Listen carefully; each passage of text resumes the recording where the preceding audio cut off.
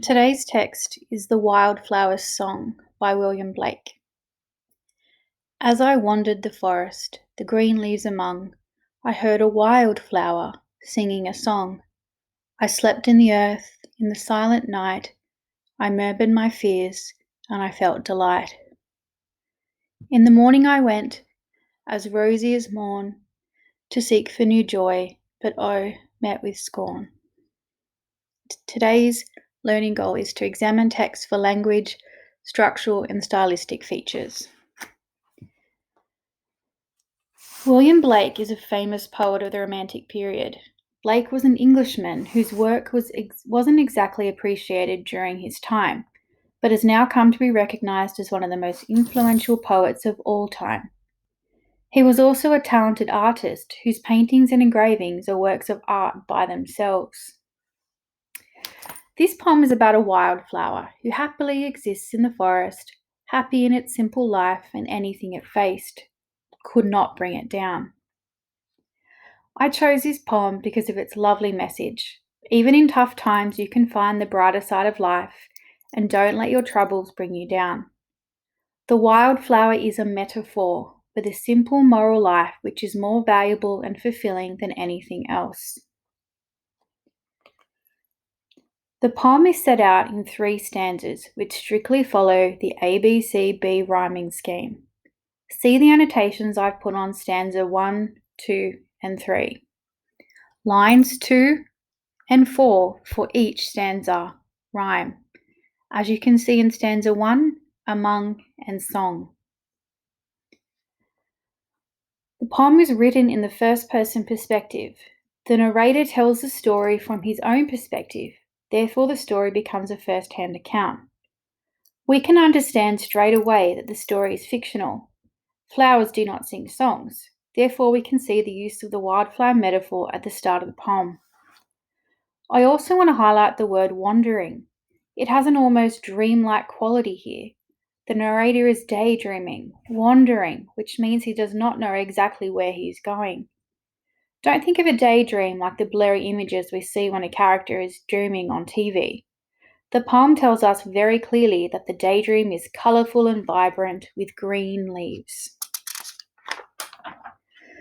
The language in the poem is very simple. Have a look at the nouns used. The forest has no name. The flower is of no particular species, size, or shape.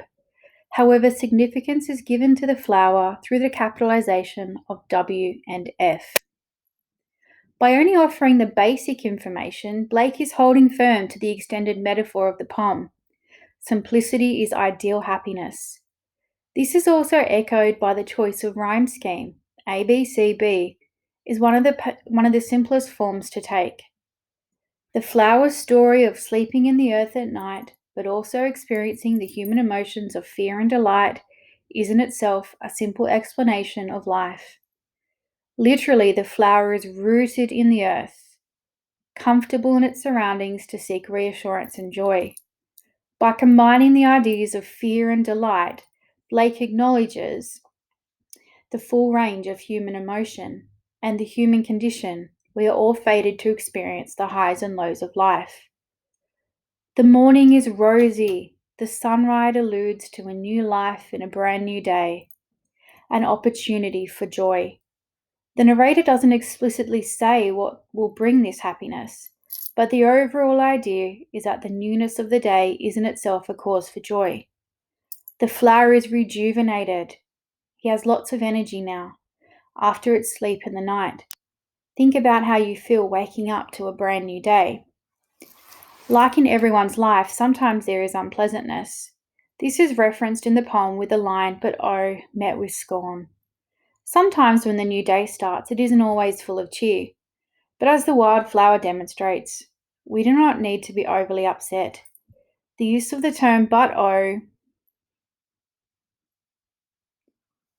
met with scorn, sometimes when the new day starts, we need to remember that we need to take it easy and not be so upset. The use of the term but oh is the flower acknowledging the scorn, but declaring it's not going to change the way it's feeling or its happy mood. Scorn or unpleasantness is so insignificant it doesn't even get a whole sentence in the poem. So there you have it, William Blake's The Wildflower, a beautiful poem with a beautiful message. Keep your priorities straight, look for beauty even in the simplest things, and never let a little unpleasantness keep you down, as even with scorn there can be joy. Thank you guys.